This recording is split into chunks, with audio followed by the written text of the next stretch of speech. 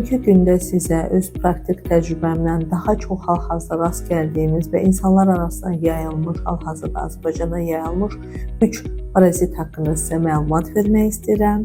Enterobiozlar, askarida və lamla haqqında. Enterobiozlar el arasında qıl-qurt adlanır. Bunlar əsasən az yaşlı uşaqlarda rast gəlinir və bunlara el arasında natəmiz əl xəstəliyi, yəni çirkli əllərlə keçdiyi üçün natəmiz əl xəstəliyi deyilir buna. İkinci askaridadır. Askaridozis müxtəlif yaş qruplarında rast gəlinir. Bu əsasən iri ölçülü bağırsaq qurtları adlanırlar. Bunlar əsasən torpaq vasitəsilə orqanizmə daxil olurlar.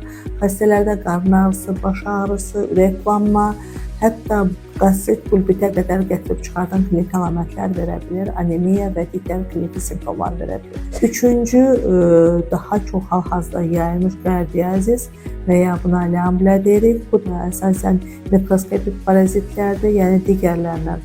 Lamla fərqli olaraq askaridadan və enterobiozdan burada mikroskopikdir, gözlə görsənmir. Ağırlanma dərəcələri və ağırlaşmaları daha çox olur.